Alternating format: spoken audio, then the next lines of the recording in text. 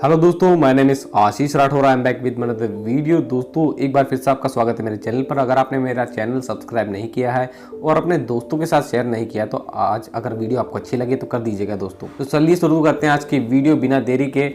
Dedicated freight corridor में होने वाले कोई भी चेंज या कोई भी ऐसी न्यूज़ जिसके लिए आप बहुत ज़्यादा क्यूरियोसिटी रखते हैं, वैसी क्यूरियोसिटी मैं भी रखता हूँ। तो कुछ वक्त पहले डेडिकेटेड फ्रेट कॉरिडोर की तरफ से एक न्यूज़ आई थी, वही मैं आज आपको बताने वाला हूँ। टेक्निकल न्यूज़ है और जानने में आपको मज़ा भी आएगा। तो चलिए शुरू करते हैं।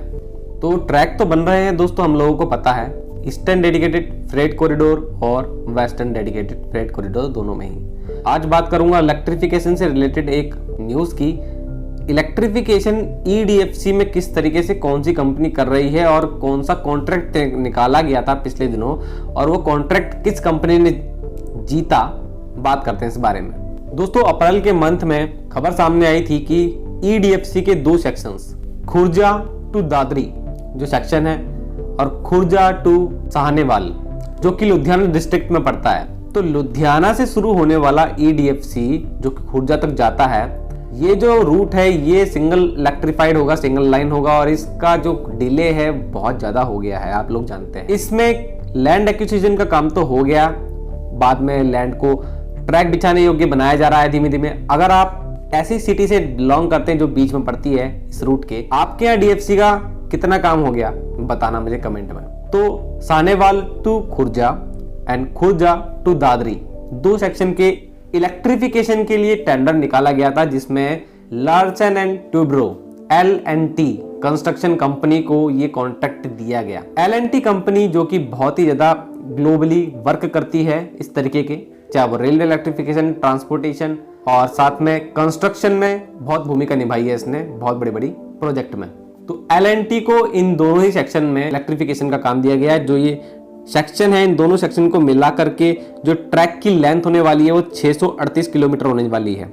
638 किलोमीटर का ये ट्रैक होने वाला है, यहाँ पे इलेक्ट्रिफिकेशन का काम करना है। L&T के साथ संगठन में एक कंपनी और काम करेगी, वो है क्योसन इलेक्ट्रिक मैन्युफैक्चरिंग कंपनी लिमिटेड जो कि जापानीज कंपनी है।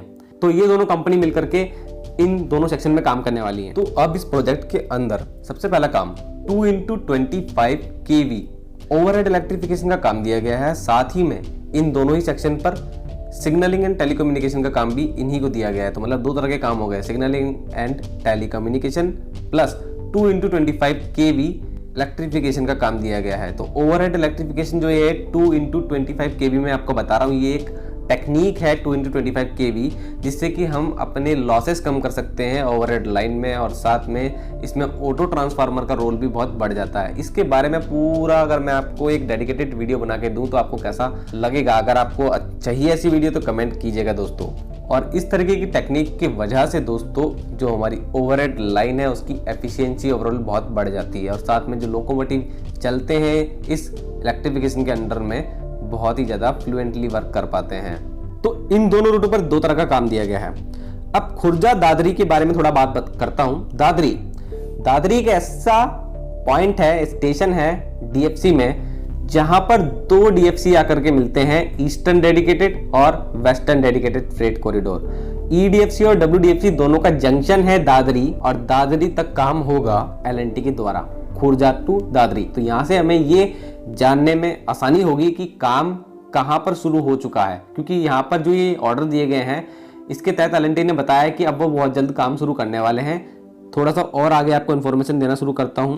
L&T कंस्ट्रक्शन जो है वो ऑलरेडी एग्जीक्यूट कर चुकी है इलेक्ट्रिफिकेशन एंड सिग्नलिंग का work as per the contract जो कि उनको मिला था। ये पहले भी काम कर रही है पंडित दीनदयाल उपाध्याय से लेकर न्यू सोननगर तक जो कि हमारा ईडीएफसी जाएगा। उसके बाद फिर सोननगर से डनकनी तक का जो काम है वो पीपीपी मॉडल पे होगा, आप लोगों को मालूम है।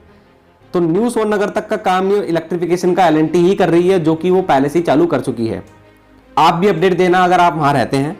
और इसको एक और काम मिला हुआ है इसी ईडीएफसी में, पंडित दीनदयाल उपाध्याय टू भावपुर कानपुर ही मान के चलिए आप, कानपुर के नजदीक है। तो कानपुर टू पंडित दीनदयाल उपाध्याय तक का भी इलेक्ट्रिफिकेशन का काम जो है L&T को ही मिला हुआ है। तो ये इस तरीके से ईडीएफसी के अंदर बताया जा रहा है कि इलेक्ट्रिफिकेशन का टोटल काम L&T को 1000 किलोमीटर का दिया गया है, 1346 किलोमीटर के अंदर। तो 1346 किलोमीटर जो है वो सोननगर तक का डिस्टेंस है लुधियाना से, ठीक है। उसके बाद वाला जो है वो ऐड नहीं किया गया है क्योंकि वो पीपीपी मॉडल के तहत होगा डनकनी तक का। 1000 किलोमीटर एलएनटी कर रही है। और साथ ही बताया गया कि एंटायर 1465 किलोमीटर का वेस्टर्न डेडिकेटेड फ्रेट कॉरिडोर जो है दादरी टू जेएनपीटी पोर्ट जो कि मुंबई में है वहां तक जाएगा, उसका भी इलेक्ट्रिफिकेशन का एंटायर काम एलएनटी के पास है। तो डीएफसी ने कुछ कुछ कॉन्ट्रैक्ट बांटे हुए हैं, जिस कंपनी ने जीता वही काम कर रही है। ट्रैक बनने का जो काम है वो भी बांटा गया था, कहीं पे एलएनटी भी कुछ वर्क कर रही थी तो कहीं टाटा कंस्ट्रक्शन को भी वर्क दिया गया था। ये डाटा अभी फिलहाल अपडेट नहीं हुआ है कि कौन सी कंपनी अब कहाँ काम कर रही है, जब होगा तो मैं आपको बताऊंगा। बाकी बहुत सारी कंपनीज काम कर रही हैं। जो हमारे हैवी मशीनरी यूज हो रहे हैं वो मशीनरी में आपने कई बार देखा होगा ऑलस्टॉम लिखा रहता था, ऑलस्टॉम की मशीनरी भी यूज हो रही है, एलएनटी की मशीनरी भी यूज हो रही है, और हमारी और भी लोकल कंपनीज है इंडिया की उनकी भी मशीनरी यूज हो रही है। तो कई बार आपने देखा होगा लिखा हुआ उन मशीनरी के ऊपर कंपनीज के नेम। आप भी बताना अगर आपको और भी ज़्यादा जानकारी है तो दोस्तों इस टेंडर के अंदर जो भी न्यूज़ निकल के आई उसमें जानकारी मेन यही दी गई है कि एलएनटी जल्द ये वाले रूट पर भी काम शुरू कर देगी जो उनको नए दिए गए हैं, और जो पुराने हैं उनमें तो एग्जीक्यूट कर ही चुकी है वो अपना काम। तो काम बहुत तेज़ी से चल रहा है क्योंकि सोननगर तक का भी काम जो दिया गया एलएनटी को उसमें उन्होंने बता दिया है कि वो इलेक्ट्रिफिकेशन का काम कर रहे हैं।